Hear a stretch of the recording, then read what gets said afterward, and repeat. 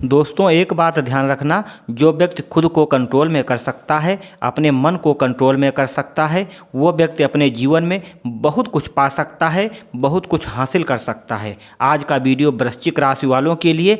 शनिदेव की ढैया खत्म हो चुकी है और ढैया के बाद ये 7 भविष्यवाणी सच होकर ही रहेंगी। तो चलिए वीडियो को हम शुरू करते हैं। वीडियो शुरू करने से पहले नमस्कार साथियों, स्वागत है आप सभी का अपने YouTube चैनल मुकेश नॉलेज पर।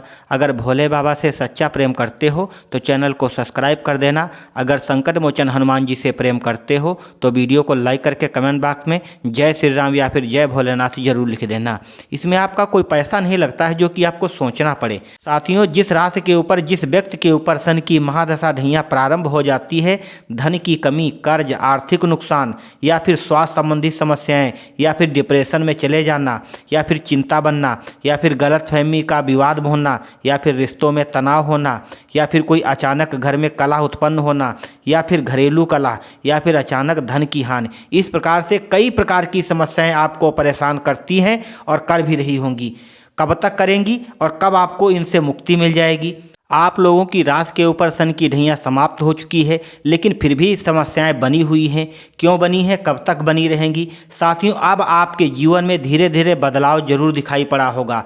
जो लोग डिप्रेशन में चले गए थे वो डिप्रेशन से धीरे धीरे बाहर आ रहे हैं। आपका जो भी नुकसान हुआ है, चाहे व्यापार के माध्यम से हुआ हो या फिर नौकरी के माध्यम से या फिर पारिवारिक जीवन को लेकर के परेशान हो या फिर आपकी जो भी समस्याएं हैं, धीरे धीरे उन समस्याओं से आप बाहर निकलते हुए महसूस कर रहे होंगे। जो लोग नौकरी को लेकर के परेशान हैं या फिर अपने व्यापार को लेकर परेशान हो, आप उन सभी समस्याओं पर धीरे धीरे विजय हासिल करते हुए अपने लक्ष्य की ओर बढ़ रहे होंगे। साथियों, अब आपको अपने मार्ग में सफलता मिलकर ही रहेगी। अगर बात करें पारिवारिक जीवन के बारे में, तो आपके पारिवारिक जीवन में बहुत सारी खुशियां देखने को मिलेंगी, क्योंकि पारिवारिक सुख के स्वामी आपके पंचम भाव में विराजमान है और आपके पंचम भाव में पंचग्रही योग बना हुआ है, जिससे आपके पारिवारिक जो संबंध हैं अब धीरे धीरे मजबूत हो जाएंगे और आपके परिवार में एकता रहेगी। जिस परिवार में एकता होती है उसी के परिवार में बहुत सारी खुशियां देखने को मिलती हैं।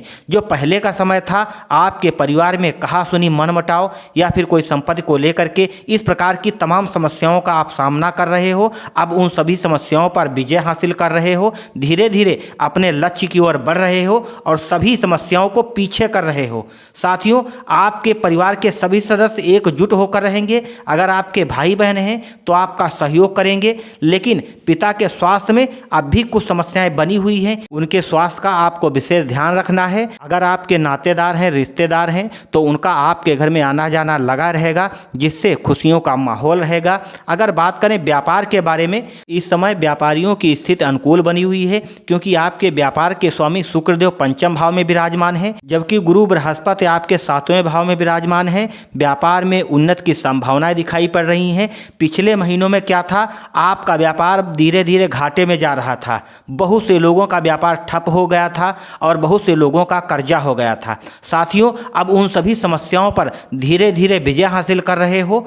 एकदम नहीं होगा, धीरे धीरे आपका जो भी नुकसान हुआ है, अगर आप इस समय की बात करें तो यदि आप नए व्यापार की योजना बना रहे हो तो यह योजना आपके लिए लाभकारी सिद्ध होने वाली है, यानी आपको अच्छा खासा मुनाफा देखने को मिलेगा और इस माह नए ग्राहक आपसे लोग जुड़ेंगे। लेकिन एक बात याद रखना, बैंकिंग या फिर बीमा कार्य से आपको बचना है, इनसे दूर रहना है, अन्यथा आपका नुकसान हो सकता है। अगर बात करें नौकरी के क्षेत्र में, तो बहुत से लोगों को नौकरी नहीं मिल रही थी, इधर उधर भटक रहे थे, लेकिन अब आपको नौकरी के क्षेत्र में आपकी जो स्थिति है वो कहीं ना कहीं मजबूत होती हुई नजर आ रही है और कार्य का वातावरण आपके लिए अनुकूल रहेगा और ये महीना भी अनुकूल रहेगा। अब आपका समय बहुत ही शानदार चल रहा है।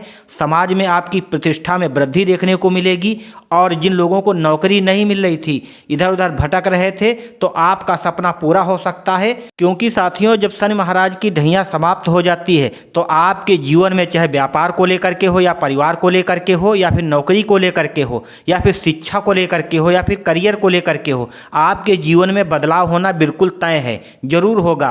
और 100% होगा। साथियों, अगर बात करें शिक्षा और करियर के बारे में तो छात्रों के लिए यह समय लाभकारी सिद्ध होने वाला है, क्योंकि पंचम भाव में शनि महाराज और सूर्यदेव और बुधदेव और शुक्रदेव और राहु महाराज विराजमान हैं। शिक्षा में आपकी प्रगति होगी, लेकिन अत्यधिक आत्मविश्वास से आपको बचना होगा, अन्यथा आपकी समस्याएं बढ़ सकती हैं। नए पाठ्यक्रम की तैयारी की जो योजना बना रहे हैं उनको आपको सफलता मिलेगी। अगर बात करें करियर के बारे में तो करियर में बीच बीच में चुनौतियां आएंगी। प्रतियोगी परीक्षा की तैयारी कर रहे छात्रों को 14 अप्रैल के बाद में सफलता मिलेगी और कार्य क्षेत्र में सीनियर वर्ग का सहयोग आपको मिलेगा। अगर बात करें प्रेम व वैवाहिक जीवन के बारे में तो पहले क्या था, आपके प्रेम जीवन में या फिर वैवाहिक जीवन में खटापटी, कहा सुनी, आप दोनों के बीच में दरार, बहुत से लोगों के रिश्ते टूट गए थे और बहुत से लोगों का तलाक हो चुका था। इस प्रकार से आप लोगों ने बहुत सारी समस्याओं का सामना कर चुके हो और कर भी रहे हो। अब आपको नहीं करना पड़ेगा, क्योंकि आपके 5वें भाव में कई ग्रह विराजमान हैं। प्रेम संबंधों के स्वामी गुरु बृहस्पति आपके 7वें भाव में विराजमान हैं। गुरु बृहस्पति का 7वें भाव में विराजमान होना यानी आप दोनों के बीच में प्रेम का आनंद का अनुभव आप करोगे, एक दूसरे का पूरा सहयोग करोगे, एक दूसरे के प्रति हमेशा तत्पर रहोगे। हालांकि प्रेम संबंधों में कुछ मुद्दों पर चर्चा हो सकती है, जिससे थोड़ी बहुत विवाद की स्थिति उत्पन्न हो सकती है, लेकिन गुरु बृहस्पति की कृपा से वो सारी समस्याएं समाप्त हो जाएंगी। अगर बात करें जो लोग प्रेम विवाह की योजना बना रहे हैं उनको भी सफलता मिलेगी। अगर बात करें वैवाहिक जीवन के बारे में यानी जिन लोगों की शादी हो चुकी है तो पहले क्या था, पहले आप दोनों के बीच में कहा सुनी, मनमुटाव या फिर आप दोनों के बीच में अच्छे से संबंध ना निपट पाना, इस प्रकार की बहुत सारी समस्याओं का आप सामना कर रहे थे और बहुत से लोग अब भी कर रहे हैं।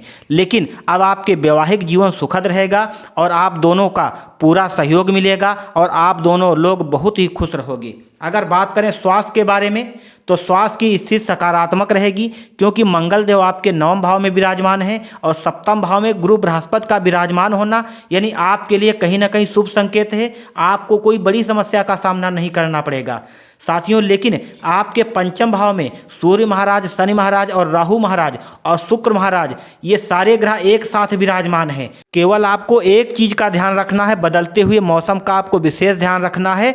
अधिक समस्या होने पर अपने तुरंत डॉक्टर से संपर्क करें। आपके लिए लकी नंबर है 7 और लकी कलर है स्लेटी। अब आपको बताने वाला हूं उपाय के बारे में। अगर आपके जीवन में अब भी समस्याएं बनी हुई हैं या फिर धन की कमी या फिर कर्जा या फिर आर्थिक नुकसान हो रहा है या फिर शारीरिक या फिर मानसिक कष्टों का सामना कर रहे हो या फिर रिश्तों में दरार या फिर मानसिक तनाव या फिर कार्य में असफलता या फिर कोई अचानक अप्रिय घटनाएं या फिर घरेलू कलह या फिर नौकरी में समस्या या फिर बात बात पर गुस्सा आना या फिर अनेक प्रकार की आप समस्याओं का सामना कर रहे हो, तो आपके लिए जो सबसे अच्छा उपाय है, क्योंकि आपकी वृश्चिक राशि है, वृश्चिक राशि का जो ग्रह होता है वो मंगल ग्रह होता है और मंगल ग्रह के जो देवता हैं वो स्वयं मंगल देव हैं, यानी आपके राशि के मालिक। अगर बात करें आपके राशि के जो आराध्य देवी देवता हैं वो स्वयं संकट मोचन हनुमान जी हैं। आपको जो भी उपाय करना संकट मोचन हनुमान जी का करना, चाहे संकट मोचन हनुमान जी के बजरंग बाण का पाठ करना